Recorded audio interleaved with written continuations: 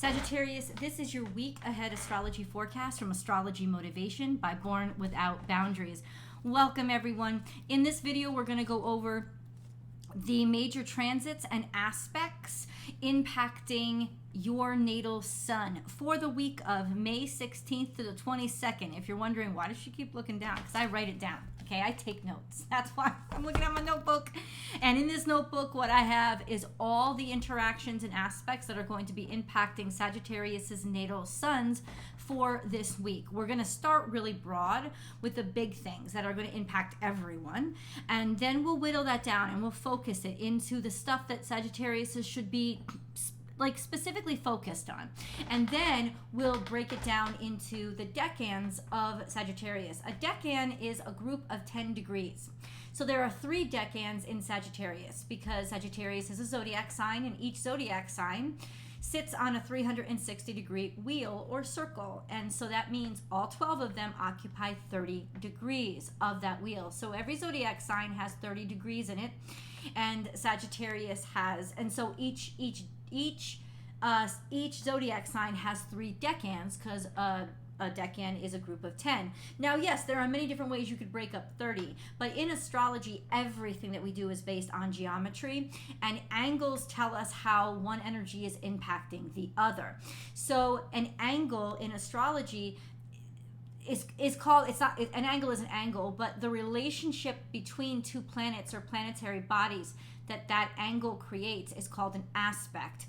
And aspects don't really register if they're over 10 degrees. So ultimately, you have to be within a 10 degree max kind of radius.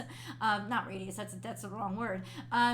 You have to be within 10 degrees of a specific angle in order for it to be impacting the 2 planets in any specific way. I like to whittle that down to 5, but ultimately we do the decans to get a really focused idea as to who is being impacted by what planet and how. And you'll know and you'll see that all Sagittariuses don't get impacted the same because your sun isn't in the same spot. Those of you born in the beginning of the month, beginning of the season, very, very different impact than those of you at the end because there's 30 degrees between you. And 30 degrees is the difference between a square and a trine, you know, a sextile and a square. And these are major differences. So we're going to break them down into the decans. And if your natal sun is between 0 and 9 degrees Sagittarius, you are in the first decan of Sagittarius, and you are Sagittarius 1. If your natal sun is between 10 and 19 degrees Sagittarius, you are Sagittarius 2. And if your natal sun is between 19 and 20 and 29 degrees Sagittarius, you are Sagittarius 3. Okay, so you don't have to know exactly where your sun is located. I will be able to tell you the correlating dates, or at least estimate them, but the most accurate way is to get your natal chart, and then you'll know exactly which degree in Sagittarius your sun sits. It's easy to get a natal chart. They're free online. You just search free natal chart. So many websites will pop up, and then you could just put in your information. The information you need is your birth date, which you already have, your birth time, and your birth location. And all of that information is found on your birth certificate. It's not really difficult to get. You plug the information in and it spits out a natal chart in a couple of seconds. So definitely worth doing if you're into astrology. I think most of you already have one. So as we're going through this, please feel free to comment below. And if you love these readings, I do one every single week for all 12 zodiac signs. So remember to subscribe to the channel. Let's start really, really broad. So between May 16th and a brief review, on May 15th, Mercury went direct. So it's not moving very quickly forward, but at least it has posted direct at this point. So we are out of Mercury retrograde now. Also on the 16th, or between the 15th and 16th, Jupiter transited into Taurus. This is a big change because Jupiter impacts us in big ways. So Jupiter in Taurus is fortune and abundance through traditional systems, traditional means, or financial systems. So this is a really nice and wonderful place for Jupiter to be. So good news there. So that's what happened pretty much before this week started. This week, there is going to be a new moon on May 19th at 28 degrees Taurus. A new moon is when the moon is conjunct to the sun. So both the sun and the moon are still in Taurus at this time. There has not been a new moon in Taurus yet. We had 2 new moons in Aries last season. So now Taurus is finally getting its new moon. It's a new moon that is conjunct the North Node and square to Pluto. And it's conjunct Jupiter. So let's go back. This new moon is conjunct to Jupiter, almost in perfect conjunction. Almost in perfect conjunction, within 2 degrees. And then it is also conjunct the North Node. It's within 5 degrees of the North Node, because the North Node is at 3 degrees of Taurus. These are still tight conjunctions. So we're talking about abundance and prosperity for your future.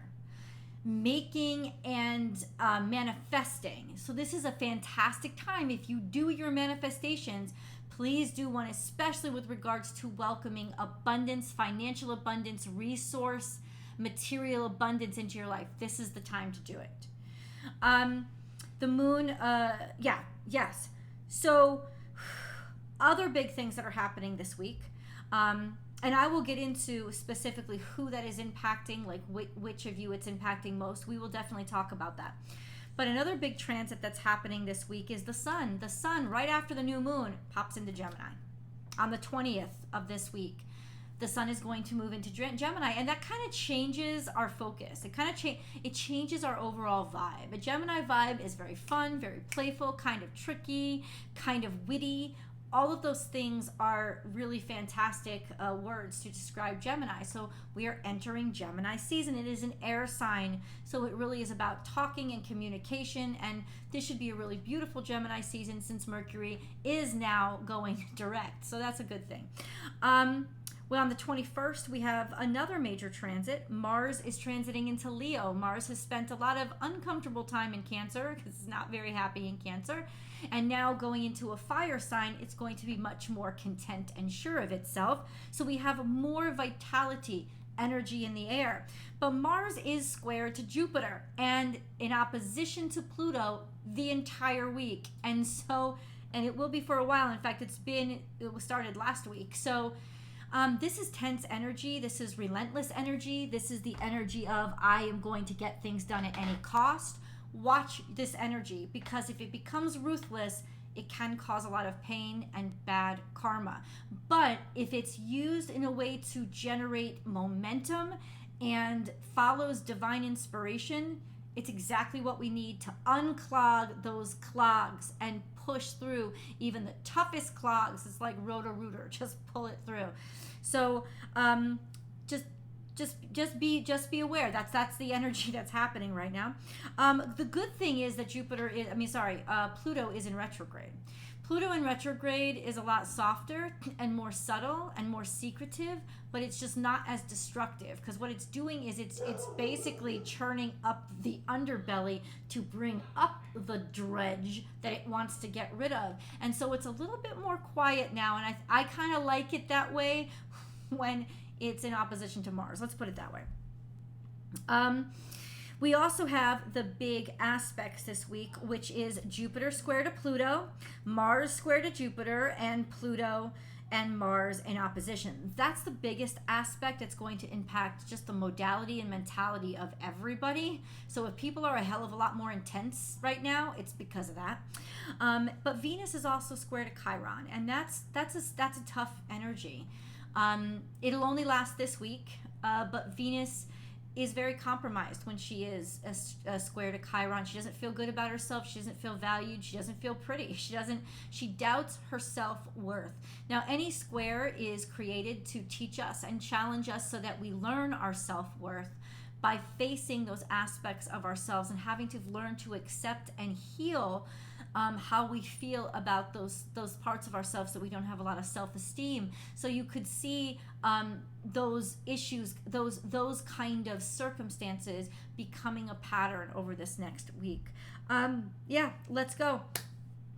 Jupiter is your ruling dignitary, so it's important for you to always know where Jupiter is. It's a big one, so it's important for you guys to understand where Jupiter, what energy that is around Jupiter, that Jupiter is kind of blowing up, because that's what Jupiter does. Jupiter expands everything. So Jupiter is now in Taurus, and I talked about this a little bit in the beginning of the video. Taurus is the financial zodiac sign. It basically maintains all of those material resources that help us survive, that supply us with what we need. And so it's very good, it's very structured, and it's very practical energy. But Jupiter is very benefic when it comes to Taurus energy, and it could really grow and expand and make us a little bit overindulgent when it comes to food or clothing, make us want to overspend or encourage us to overspend. But it could also be great opportunity for us to kind of expand our financial portfolio. So one can only hope. Great. Jupiter this week is conjunct to the North Node, square to Pluto, and square to Mars. We've already talked about it because it is a major aspect that's happening right now that's going to impact everybody. But especially you guys are going to be impacted by this energy of I will get it done, relentless, especially when it comes to your finances, financial situations, or your sensual pleasures. Let's put it that way. Let's go into the decans. Sagittarius 1. So those of you with your natal sun between 0 and 9 degrees, Sagittarius, your birthdays, relative birthdays, these are December Sagittarians, basically from December 22nd through December 20, through like January 1st, sort of the first 10 days of Sagittarius season is Sagittarius 1. This week, your natal suns have some long-term aspects, which we'll review quickly. They are square to Saturn, which means confronting or conflict or rules, laws, obligations that are kind of like making things challenging for you over the course of the next year, but also giving you a chance to learn. Like it's making it hard on you so that you'll become a master of it. And then we have a trine to Neptune, so your natal sun is in a very creative position there, divinely inspired, and it wants to grow and invent things and create things. This is beautiful energy for harmonizing your life and like tapping into your source, tapping into your God space, your connection to inspiration. So that's for the next couple of years. And if you find yourself getting far more creative, that's why. Now, this week, because so much is happening in Taurus, your natal suns are quincunx to Mercury, quincunx to Jupiter, so frustration, and quincunx to the North Node. So it could be a very frustrating week for you when it comes to talking to people, trying to get them to broaden their minds, or even your stubbornness, like a sense of you don't want to expand or grow as much, or you don't feel like you have enough money to be able to, step out of your comfort zone. It'll be kind of harder for you to step out of your comfort zone in this energy. And then we have a trine to Mars, which means your vitality and your energy will be up. Because the comfort zone is being agitated, it could very well be that, because your discomfort zone is agitated, you might fall more back on your comfort zone this week. And your natal suns are in opposition to the current sun, especially after it moves into Gemini. So this could be challenging in terms of your confidence and your courage. So your vitality is up, but it doesn't look like you're going to want to take any big jumps or leaps of faith this week. Watch out for that gut feeling that is telling you to move forward even if you're not certain.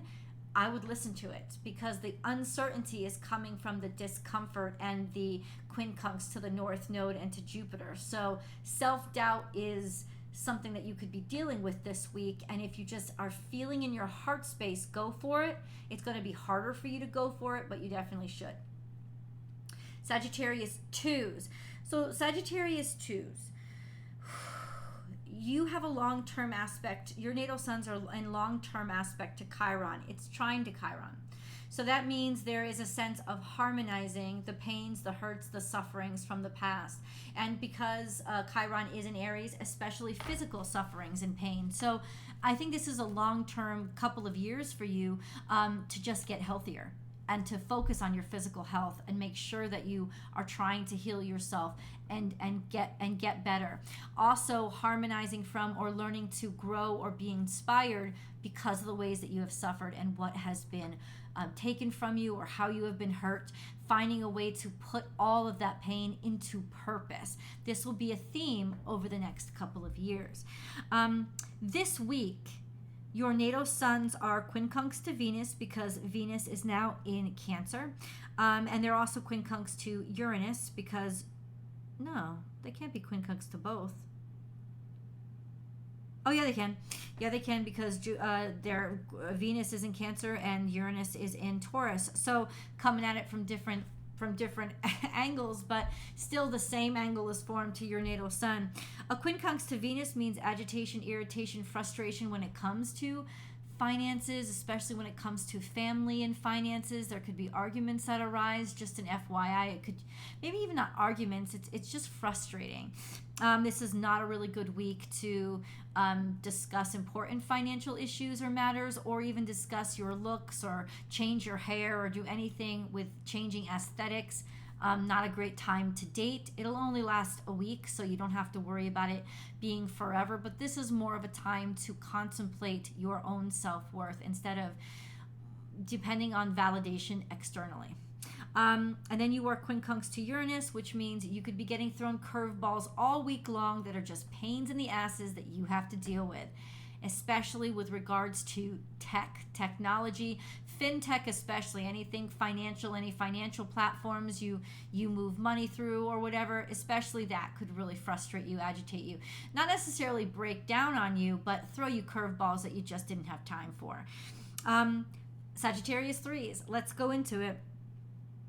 Long-term aspects are a sextile to Saturn if you are on the very cusp of Sagittarius 3. So a sextile to Saturn, and then a square to Neptune. These are both long-term aspects, and together they're just amazing. I like, they're fantastic. This is really advanced energy. It's moving forward. It's your career being able to challenge like wanting to move forward and do more with your career, and really being able to move your creativity into your career and see it open up opportunities for you.